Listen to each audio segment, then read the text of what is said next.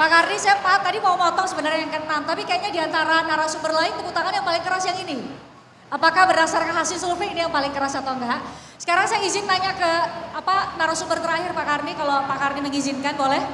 Boleh. Oke, terima kasih Pak Karni. Salam teman-teman, suaranya dari belakang ada 3.500 mahasiswa baru yang mau menerima semangat baru dan bicara mengenai demokrasi hari ini. Narasumber terakhir kita adalah ini adalah pakar komunikasi politik. Dari tadi kita bicara mengenai bingkai demokrasi dari kacamata hukum heavy tampaknya. Jadi saya mau nanya izin Pak Karni, saya mau nanya ke Prof. Ege mengenai rumors yang tadi Pak Bang Usman Hamid bilang. Katanya, saya hanya bilang katanya nih, katanya sudah ada daftar dosa-dosa kasus hukum setiap pejabat yang setiap saat bisa dikeluarkan kalau diperlukan pejabat itu miring ke kiri, miring ke kanan. Itu rumor. Kemudian tadi Bang Usman juga bilang bahwa saat ini kita masuk ke election atau electoral authority. Electoral autokrasi. Electoral autokrasi, jadi kita ada pemilu dan lain-lain. Prof. Ege juga ada rumor. Teman-teman saya banyak juga yang jadi influencer, yang jadi juru bicara tidak resmi, tetapi kemudian mereka memang dikondisikan untuk bisa memberikan narasi-narasi positif. Apakah dari kacamata politik, itu adalah bagian dari menjaga stabilitas demi kita baik secara ekonomi, atau masih dalam koridor demokrasi dalam arti Bang Maman bilang tadi, kita juga harus ada sopan santun, ada penyeimbang narasi atau counter narasi, Prof. Ege yang paling tahu, counter narasi sehingga kemudian ruang demokrasi kita seimbang, ada yang bisa menyuarakan secara objektif, ada yang bisa bebas menyuarakan sesuai dengan pendapatnya masing-masing. Apa yang tengah terjadi dari kacamata politik? Itu poinnya, Prof. Ege. Boleh. Ya. Assalamualaikum warahmatullahi wabarakatuh. Shalom, Om Swastiastu, Namo Buddhaya, selamat sore yang terhormat Bapak Rektor. Ketemu lagi Pak, kemudian seluruh kolega, teman-teman dosen, dan Datuk Karni Ilyas yang fenomenal.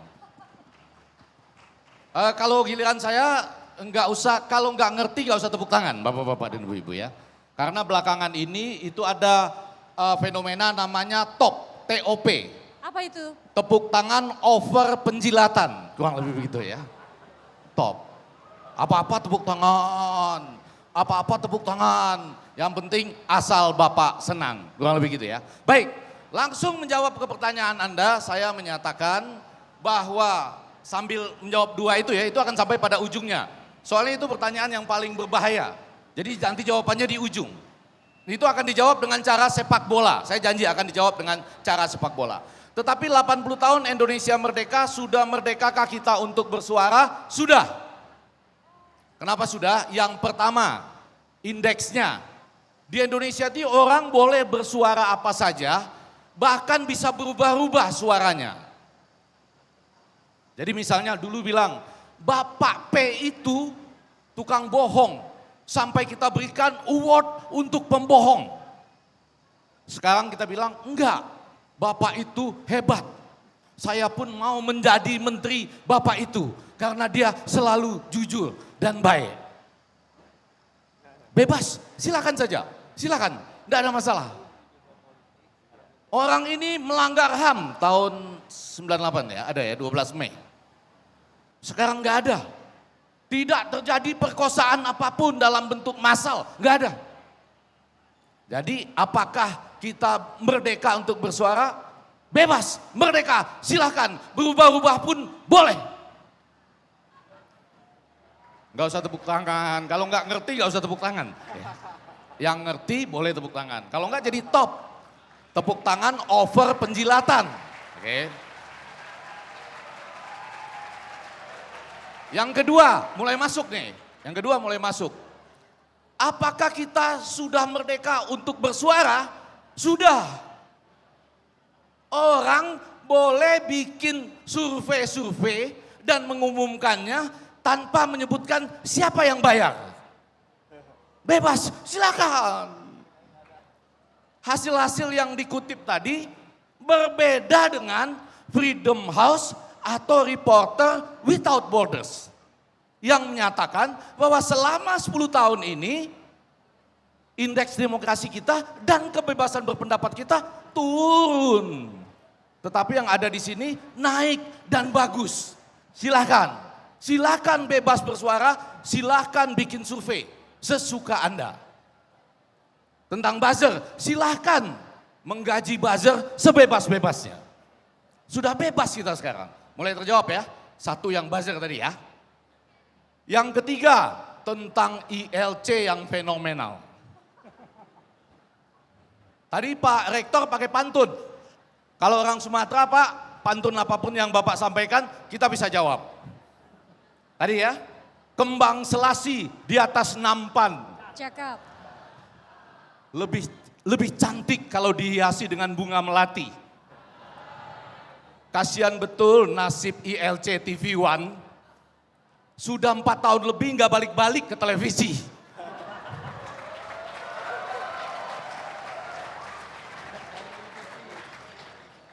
Saya mau nanya sekarang, Anda tahu asta cita dari Bapak Presiden Prabowo? Ada yang tahu? Asta cita Bapak Presiden Prabowo? Tahu? Wah. Langsung Google kayaknya bisa. Ya. Ada yang tahu? Ada yang tahu? Nomor 1, memperkokoh ideologi Pancasila, demokrasi dan hak asasi manusia. Dengan itu harusnya ILC sudah kembali ke televisi. Tetapi nggak apa-apa, karena kita sudah bebas merdeka, maka dinyatakan nggak usah kembali ke televisi, silahkan jalan-jalan ke kampus.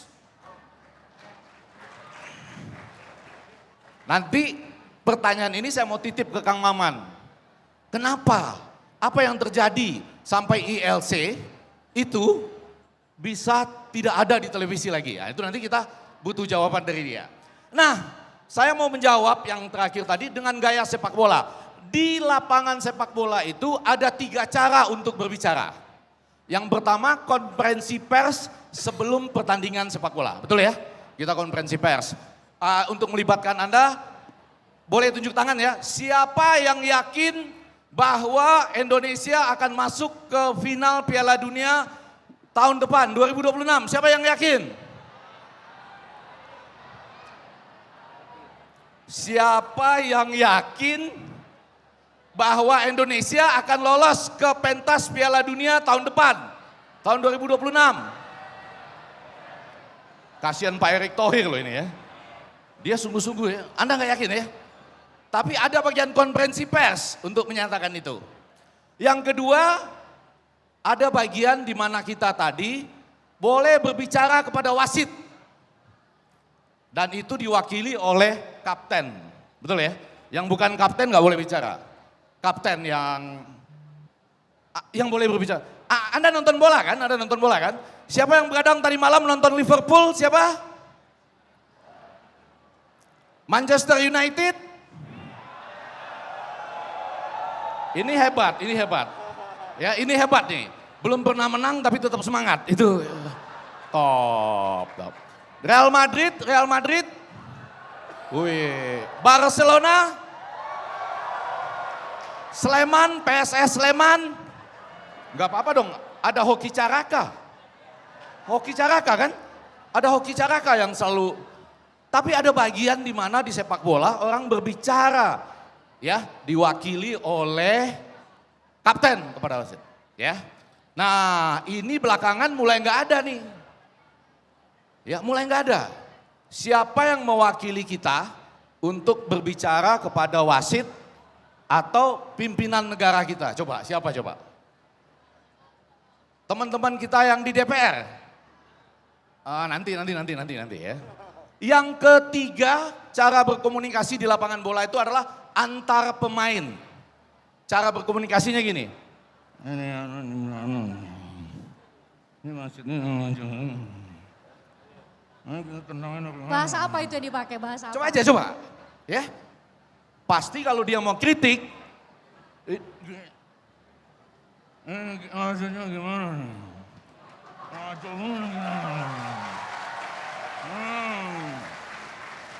Indonesia sedang bebas merdeka bersuara.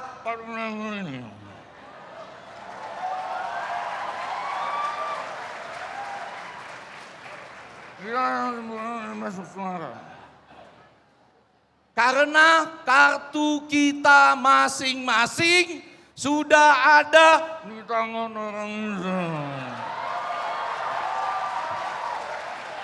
Apa itu sudah punya kartu kita masing-masing? Ini jawab pertanyaan saya yang kedua tadi. Jawab yang terakhir. Tapi terakhir saya mau menanyakan kepada Anda semua, penutup ya, sebelum ke Kang Maman, mohon tadi Kang Maman. Ya, menarik loh, anak tadi bilang sebelumnya ada Orde Baru. Kalau saya menjawab sekarang ini namanya Orde Baru-baru ini, kurang lebih gitu ya. Bukan orde paling baru, Orde Baru-baru ini. Jadi nanti kalau kita, kesalahannya dia juga. Saya berkali-kali ke Mahkamah Konstitusi ingin supaya presidensial threshold tidak ada. Tapi dia tidak mau maju jadi presiden. Saya yakin nanti kalau dia mau maju jadi presiden karena tidak ada presidensial threshold lagi, kita tidak boleh membuat kelompok yang namanya Usman Mania, itu nggak boleh. Kita harus membuat kelompok yang namanya misalnya Reformasi Mania. Demokrasi Mania. Mohon maaf Bapak sudah akan rapat lagi ya menentukan siapa pengganti ketuanya ya Pak ya. Ya, jadi nah pertanyaan saya terakhir 2 pertanyaan saja. Karena pertanyaan Anda sudah saya jawab dengan tepat. Yang pertama, apakah Anda kuliah ini ingin sekali menyelesaikannya dengan ijazah asli? Setuju? Bulat loh ini. Hebat Trisakti ini. Mau kuliah menyelesaikannya dengan ijazah asli. Tidak seperti orang lain yang berbicara, ngapain ngurus soal ijazah. Ya banyak hal lain yang lebih penting di negara ini.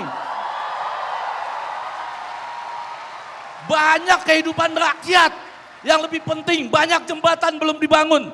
Ngapain kalian ngotot soal ijazah? Anak saya nanti juga nggak apa-apa, kuliah silakan. Ijazahnya nggak ketahuan juga nggak apa-apa. Tapi pertanyaan terakhir ya, apakah Anda yakin bahwa ijazah Bapak palsu? Terima kasih. Wassalamualaikum warahmatullahi wabarakatuh.